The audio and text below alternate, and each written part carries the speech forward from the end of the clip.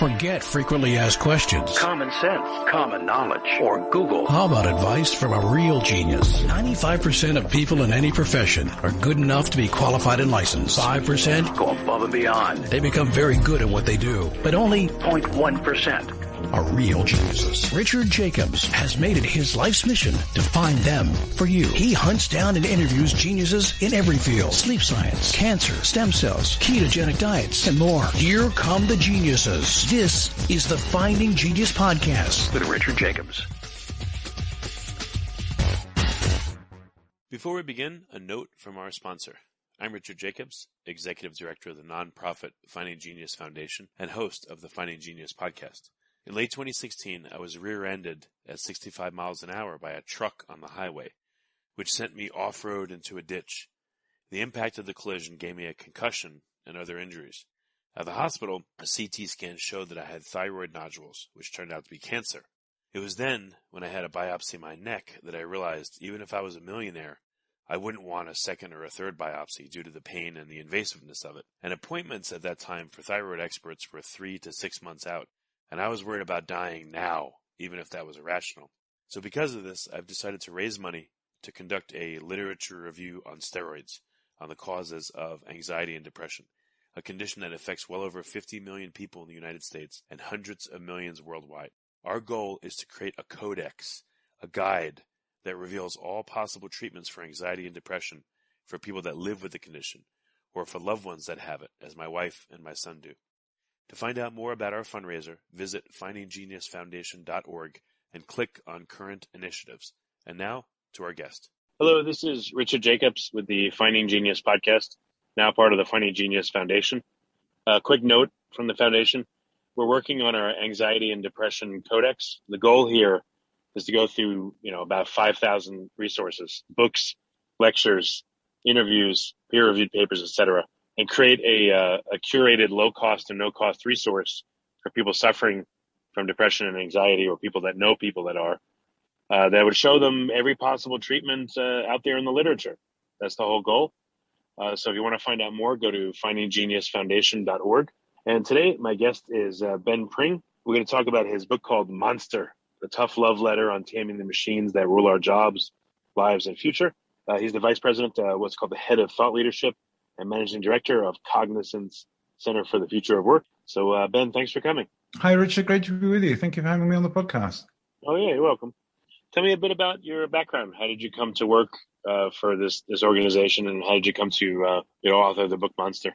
Yeah, well, I've been in tech all my life, in technology, working in different kind of aspects of the technology industry, which in the last 30, 40 years has become a huge industry. I've worked for Cognizant, which is a big technology services and consulting company, for about 10 years. I started this group called the Center for the Future of Work when I joined Cognizant. Prior to that, I worked for a company called Gartner, who are a leading firm of analysts about technology. And I've sort of worked in management consulting and professional services all around technology for 35 odd years. So I've always been in tech. I've always liked tech. I've always been interested in science fiction, the kind of future, what's around the river bend.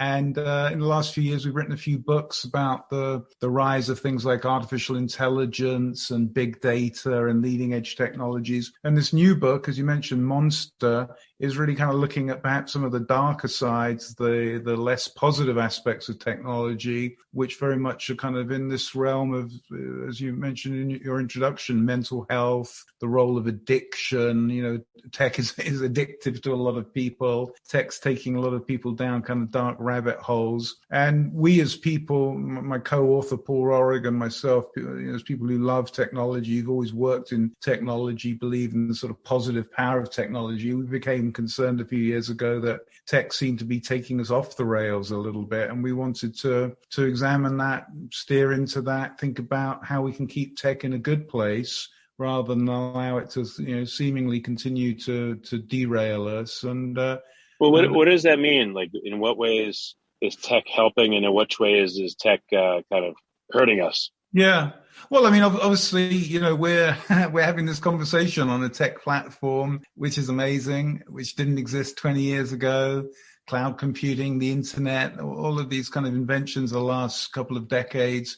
People have been managing to continue to work through the pandemic because of technology. And that's wonderful. And that's, an example of a great aspect of technology. But at the same time, the darker, deeper, less positive sides of technology are the fact that a lot of people, their sense of their own psychology, of their own worth, are being negatively affected by the fact that they're kind of addicted to social media, or they're on their phones too long. And I'm sure you've covered on your podcast before, rates of suicide amongst teenagers have exploded in the last decade or so because so many kids are living in this kind of screen-based world where the whole notion of FOMO, fear of missing out, is huge, and bullying and trolling is a huge problem.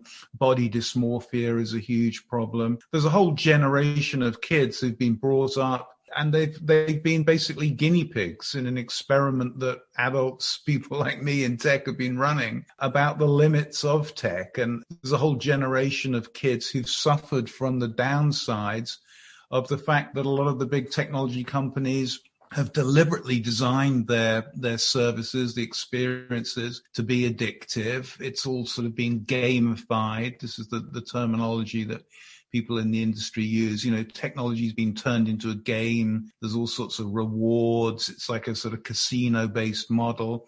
And we can see if you, I'm sure a lot of people are either suffering from this or parents seeing their kids suffering from this. And this is a big problem. And I think this is in terms of the psychological aspect of technology, this is a problem that we're only beginning to understand and address and acknowledge now. But I think is a big challenge that we have to face, and we have to try and think about how we keep the positive side of this tech, but not allow ourselves to be destroyed in the process.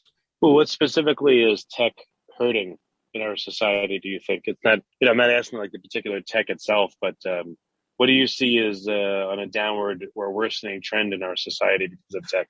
Well, I think double clicking on this notion of kids and social media in particular, think about it for a second. We don't allow kids to drive a car. We don't allow kids to drink or to smoke or to join the army or to vote or to get married, but we allow 12, 13, 14-year-olds to have access to the most powerful technologies ever created by mankind and deliberately created to be addictive.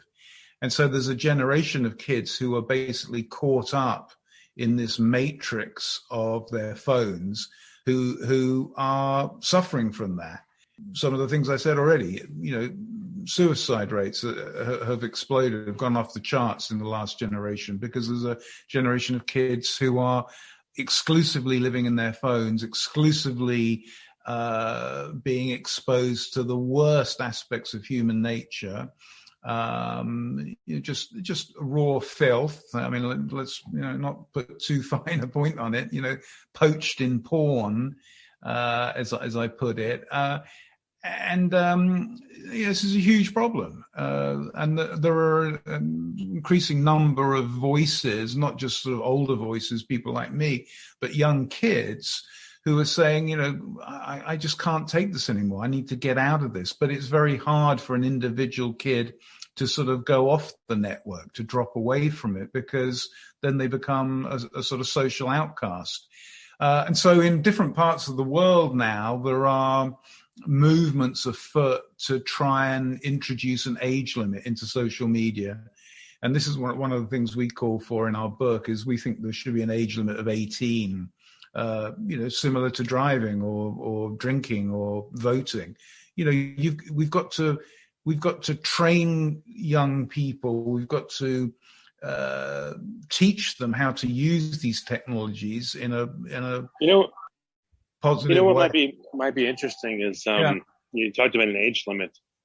I could see that, but it would be interesting. Like even if a user wanted to pay a social media platform a nominal amount, and that platform would allow them a certain amount of time in a 24-hour period to use it, and then it would block them after that until the next 24-hour period starts.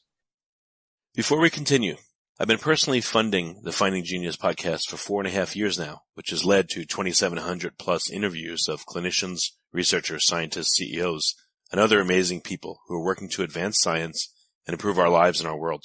Even though this podcast gets 100,000 plus downloads a month, we need your help to reach hundreds of thousands more worldwide. Please visit findinggeniuspodcast.com and click on Support Us. We have 3 levels of membership from $10 to $49 a month, including perks such as the ability to see ahead in our interview calendar and ask questions of upcoming guests, transcripts of podcasts you're interested in, the ability to request specific topics or guests, and more. Visit findinggeniuspodcast.com and click Support Us today. Now back to the show. That could be a way to help mitigate exposure. Yeah, that's another approach. And in fact, our book is sort of apolitical. We're not trying to, we're not coming at this from a political perspective. We're not coming at this from a geopolitical perspective.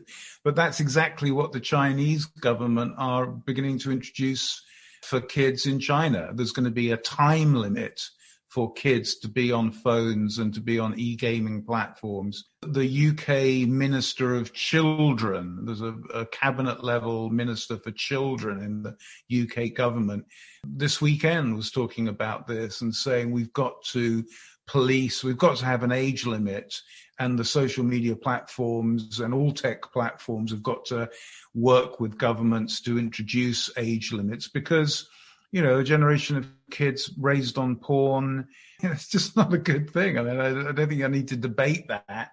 It's not a good thing. And again, I think the more you look at this, the more you're tuned into this, the more examples you see of this. And one little example I'll give you, Richard. I saw about a year ago an essay written by a kid applying to college here in the US. One of these supplemental essays that kids have to write along with kind of submitting their GPA and everything. And it was a clever question that the college was asking. It was a college based in DC, so there was a kind of slightly political kind of angle on it. But it was, if you could advise a politician in Washington on one thing that could make the world a better place, what would it be? And this essay, written by a kid, 17-year-old, was all around canceling social media. He said that this has destroyed his generation. Kids can hardly talk to each other now. They can't look up. Everybody goes out and everybody's literally on their phone the whole time. He says it's disastrous. And this kid said, I want to get away from it. I just can't stand this, but I can't get away from it on my own because everybody else is on it. How do I do that? You may have guessed already the punchline to this. This is something my son, my 17-year-old wrote, and I hadn't brainwashed him into saying this. I hadn't kind of coached him. He wasn't even aware I was writing this book. But this is what he was saying. This is what he was expressing. Just this feeling of hopelessness that his whole life is just completely sucked into this machine. And I frankly feel guilty about that because I've been a tech evangelist. I was, one of the people talking about iPhones and cloud computing very early on, saying how cool this all was. But I can just see the impact it's had on my own family, on other people's families, on a generation of kids who are just completely addicted to these things. And any addiction is not a good thing. Yeah, I see, similar issues with my own kids and my own family, and it's very difficult. Are there tools out there right now that do restrict based on time or age or other factors? Well, there are an increasing array of different tools coming out. I mean, there are the ones from the big companies like Disney. I mean, Disney have a whole series of parental controls that you can leverage through an app onto a phone. Some of the gaming platforms are going to be introducing that, but I think there's a long way to go. There's a whole new generation of technology emerging. I don't know if you've heard of the Light phone, but this is a new phone that's been launched recently, and it deliberately doesn't have any social media on it. You can make a phone call on it. You can look at GPS on it. You can send a text message on it, but you can't go on the social media platforms on it. So I think there are all sorts of different solutions emerging. They're still in their infancy. And they're only really going to get traction as more people talk about the underlying issue, acknowledge there's a problem here. In acknowledging that, then we'll begin to find solutions for it. So that's what we feel our book is, small contribution we're trying to make is to bring this issue, out from the kitchen table where you may have talked about it with your partner and said, this is crazy that we can't sit and have a dinner with our kids now because everyone's just looking at their phone. To bring that sort of micro conversation that lots of people are feeling and lots of people are having around the world, try to bring that out into the open and say, look, we have got a problem and we need to do something about it. If you like this podcast, please click the link in the description to subscribe and review us on iTunes. Have you seen experimentation by individual families, or have you tried yourself in writing your book? And what have you tried that's worked, what didn't work? Yeah. Well, the last chapter of our book is called Off. And it's where Paul, my co-author, and we sort of debate this, whether we're going to be able to turn this stuff off or not. And I think, again, there's a growing niche of people who are doing things like digital Sabbaths, if you've heard of that phrase, where they are deliberately turning their phone off on a Saturday or a Sunday or a Friday, maybe for a whole week. Trying to put this thing down. And I think a lot more people are going to be doing that. And again, I'm encouraged. I try and do that. I try and spend much less time. I'm pretty wired during the week, but on the weekends, I try and put my phone down, walk away from it. What's that like for you when you put it down? Do you feel like a sense of loss or yearning for an hour or two? It clears, or what's it like? That's the nature of addiction, isn't it? When you want to scratch that itch, you want to pick it up, you want to look at it, you want to get that dopamine hit. Again, the key to overcoming an addiction is being conscious of it and being able to fight that itch and being able to say, I acknowledge you feel that itch, but then to intentionally and consciously declare that you're not going to do that. So that's what I do. And it is crazy that it is at that level where it is that addictive itch, which is very hard to ignore. So I think more and more people are going to do that. Again, it's a small kind of somewhat, eccentric niche at the moment of people who do that. And I think, again, I feel motivated and sort of energized to talk about this because I've seen in my own life and with my own kids, and I feel guilty because I bought them phones when they were 12 years old and overrode my wife's objections to doing that. I've seen how completely this has come to dominate their lives and our family's life in a frankly not positive way. I don't know whether you saw Bill Maher a couple of weeks ago. He was talking about this, and he did his kind of last rant he does in the show all about this, and he was saying, well, people used to say this about TV, and maybe people used to, generation before that, people used to say this about radios and stuff. But as he quite rightly points out, this is so much more extreme, so much more intense than the experience, you or I had when in the 70s or 80s when we were kids watching TV. This is so intense. It's just in a different league of intensity for children today. And the damage I think it's doing is similarly in a different league. Yeah, I mean, you could kind of watch TV in bed, but you couldn't have it in bed with you. And same thing with radio, and you couldn't take it everywhere you go in your pocket. It wasn't in the bathroom, in the stall. It wasn't everywhere. No, that's exactly right. That's what Bill Maher said. It was funny. And, he put it in a funny way. I mean, you could watch TV in the evenings for 2 or 3 hours or something, but then you go to bed and you wouldn't have the TV in the bed and be watching the TV until 4 o'clock or 5 o'clock in the morning when you had to get up to school. And then you wonder why your kid is completely drained and washed out in the morning for school. And again, the double-edged sword of this, the double-edged nature of this technology issue is that, so many kids in the last 18 months have basically just sort of been lying in bed, on a Zoom class, seemingly on a Zoom class, but really they've been on Instagram or TikTok. And the teacher is struggling to compete with that constant drip of entertainment and amusement. And, again, is that good for our kids? Is that good for a generation of kids who've been brought up in this completely unprecedented, crazy way? I don't think it is. Are there little things that people can do, like, have your teenager turn off all notifications on their phone, except for just phone calls? And would that be a small step? Again, I think that this generation, you can't put this genie back into the bottle. I mean, you can't. A parent of a 15-year-old or 16-year-old nowadays, you can't mandate that. You can't. If you try turning the Wi-Fi off in the house, you're gonna have it's going to be a third world war in your house that evening. And most parents don't want to fight that war after a long day at work, and they're sitting back trying to relax themselves. No, I think again the notion of introducing an age limit is really for the next generation of kids. I mean, I certainly say to my colleagues or friends or people I meet at, on my travels, my work travels, I say, if you've got a 9-year-old, a 10-year-old kid or a 5-year-old kid now, try and keep your kid away from this stuff for as long as you can. Don't get them a phone at 10 or 11 or 12. Try and keep them, away from this as long as you can, because I think hopefully, the best case scenario in our book and in our analysis and thinking is that these sorts of age limit ideas gain traction in the next few years politically, and there's some sort of constituency of people that politically run on this ticket, and we may in time see that. But in the meantime, while we're waiting for that, and it may take a while, I'm not naive about this, there's a huge amount of lobbying power amongst the tech companies to not make that happen.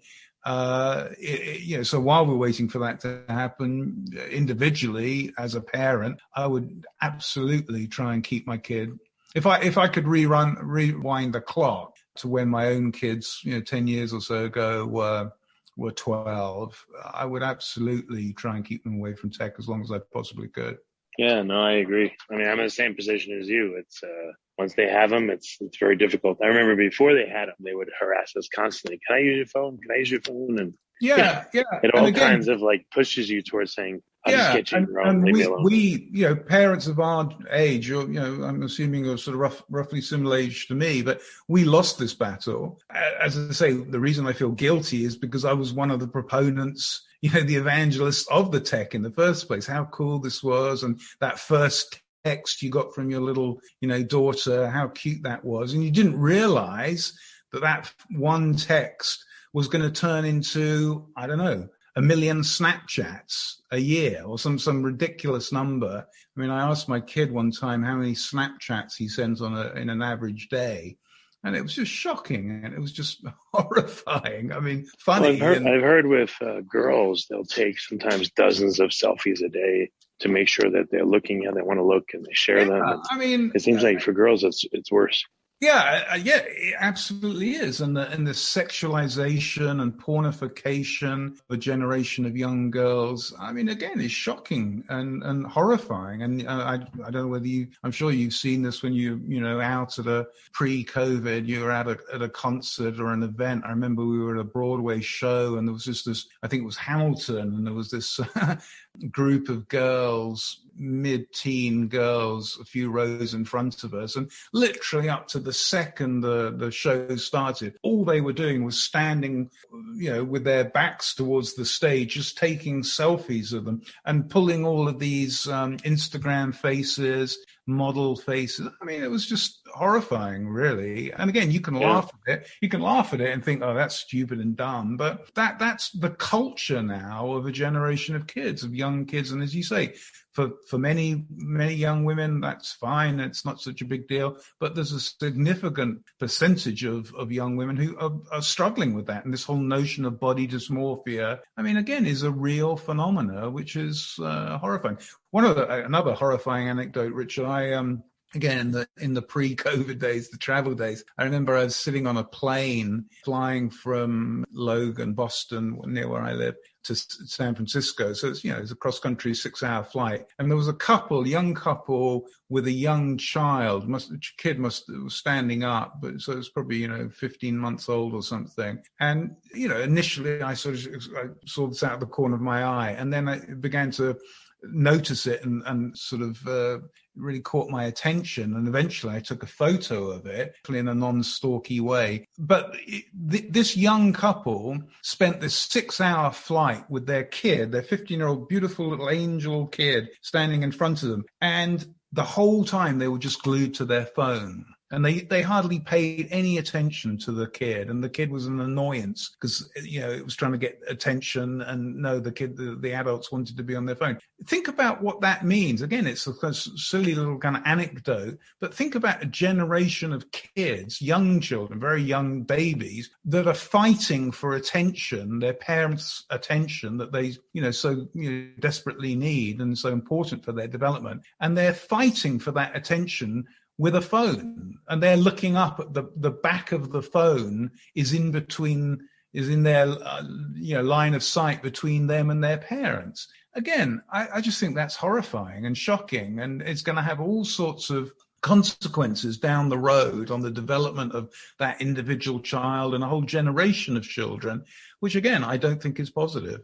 Yeah, no, I agree. Have you heard any really good ideas out there in addition to age limits? Anything else that jumps out at you, whether it's practical or not? Frankly, no. I mean, frankly, this book is our attempt to offer some ideas like, an age limit, like a social media user license, akin to having a driver license, and training and education in the same way that, before a kid can drive a car itself, it's taught by adults how to drive that thing, teach kids how to use this technology safely. And we need to discuss with kids some of the sort of these philosophical issues that we're discussing around how you represent yourself online, how you treat other people online, how you behave online. One of the other things we call for in the book is an end to anonymity on social media. This again is one of the sort of underlying fundamental design flaws in social media, is that people say the most awful, goddamn awful things to each other because they're anonymous. Things that would never say face to face to a real person. People say awful things. And so we call for a ban on anonymity in for-profit social media platforms. So no, there aren't a lot of good ideas. I mean, there are a beginning, you've probably seen the Social Dilemma movie on Netflix from Tristan Harris.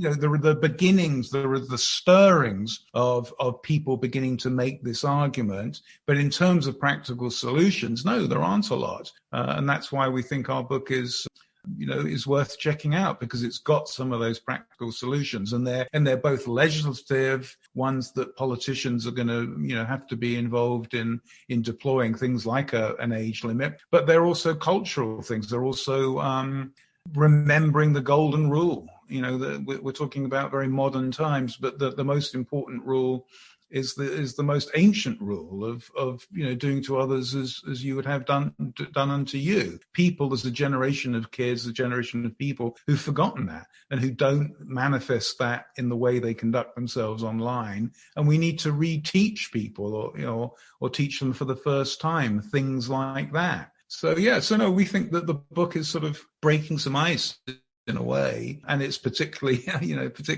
noteworthy that I work for a big technology services company, and some people have said to me, why would a big technology services company want to talk about these things? And it's because, coming back to what I said initially, I love technology. I don't want to kill technology. I don't really want to turn it off, but I just want to manage it. I want to tame it. As the title of the book suggests, we can leverage its power, but not be swallowed by its power.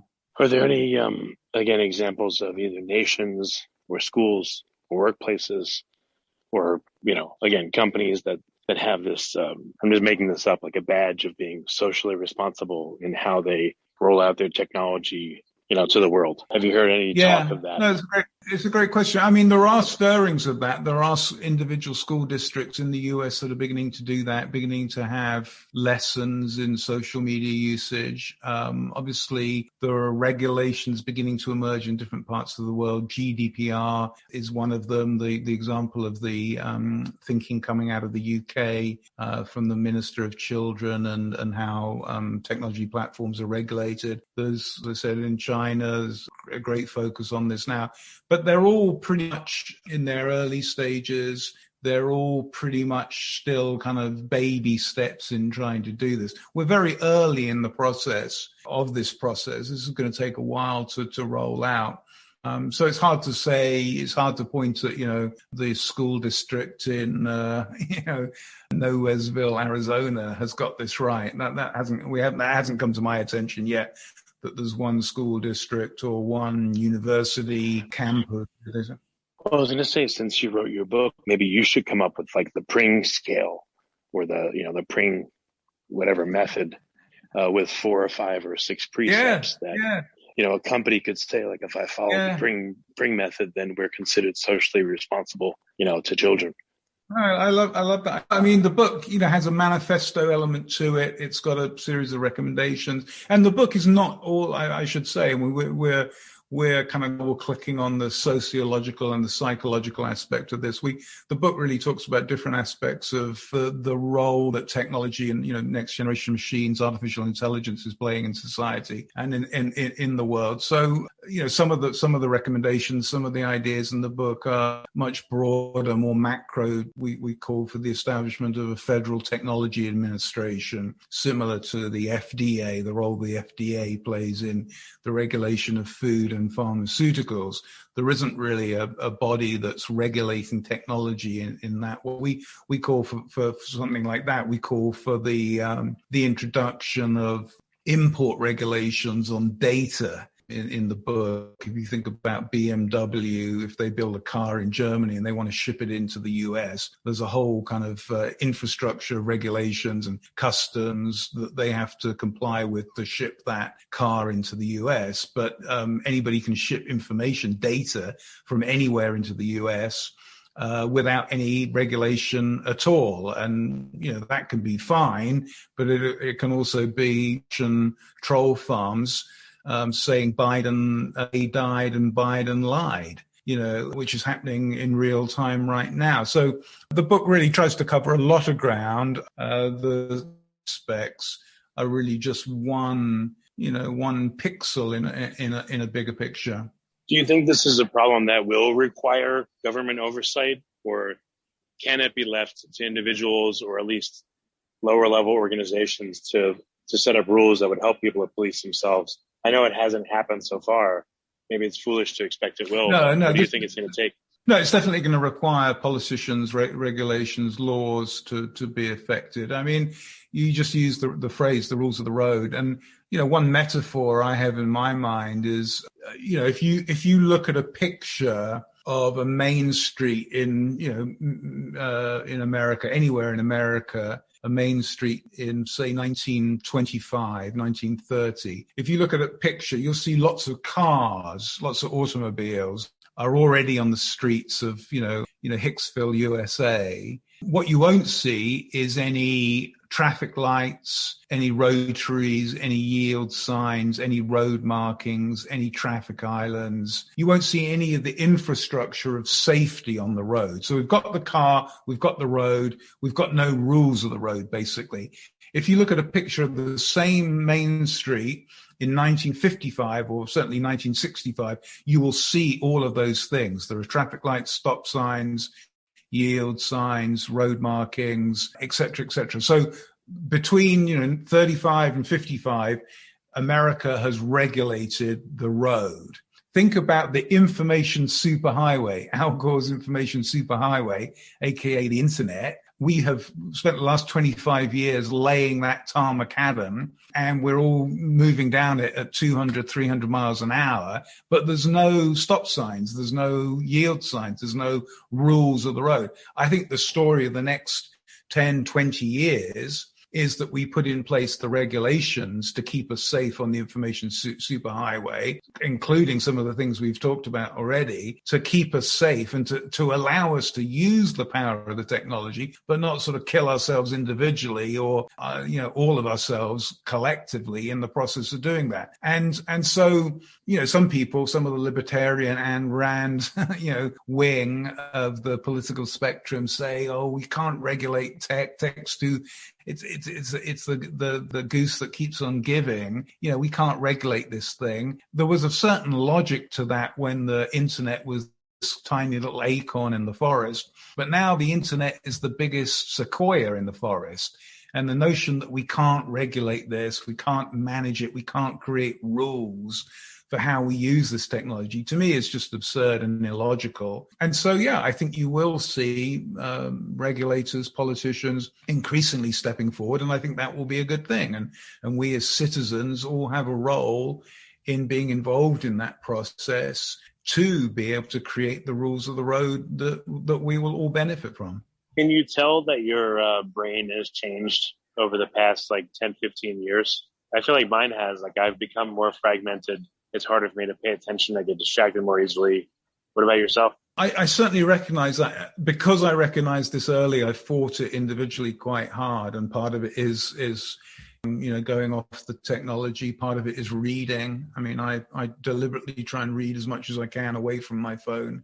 I mean, I regard reading as almost meditation. So I'll read for an hour and a half first thing in the morning just to calm my mind. But I absolutely recognize what you were saying, Richard. And I think that's the experience that the majority of people are having. Their attention spans have shortened, and they're more volatile. They're more kind of wired the whole time. It's harder to sleep at night. It's harder to put the phone down. No, and I think again, I mean, maybe that's a good thing. Maybe you can make an argument it's a good thing. I don't think it is a good thing, frankly. And I think a lot of people probably can cope with that, and it's just a minor irritation in their day-to-day life. But for a lot of people, it's taking them down the QAnon rabbit hole, and they're landing up in these weird, mad places because they've literally gone down that rabbit hole, that algorithmically driven rabbit hole, and it takes them to a point of craziness. And that kind of craziness, exploded onto our TV screens on January the 6th. And again, I don't think we stand by and just allow that to happen and say, oh, that's just the modern world and we got to put up with it. Yeah, no, it makes sense. So what's the best way for people to engage with you? Should they buy the book Monster, or is there another way that you prefer? Yeah, no, I mean, people can find the book on the usual platforms to buy this. I'm pretty visible online at Benjamin Pring on Twitter, and the group that I run, the Center for the Future of Work at Cognizant, that's quite visible online as well. So people can just search for Center for the Future of Work, and yeah, they'll see lots of the research that we do. We talk about lots of different aspects, not just this. And love people to reach out and chat to them further. Well, very good. Ben, thanks for coming on the podcast. I appreciate it. Thanks, Richard. It was great talking to you. If you like this podcast, please click the link in the description to subscribe and review us on iTunes. You've been listening to the Finding Genius podcast with Richard Jacobs. If you like what you hear, be sure to review and subscribe to the Finding Genius podcast on iTunes or wherever you listen to podcasts. And want to be smarter than everybody else? Become a premium member at findinggeniuspodcast.com. This podcast is for information only. No advice of any kind is being given. Any action you take or don't take as a result of listening is your sole responsibility. Consult professionals when advice is needed.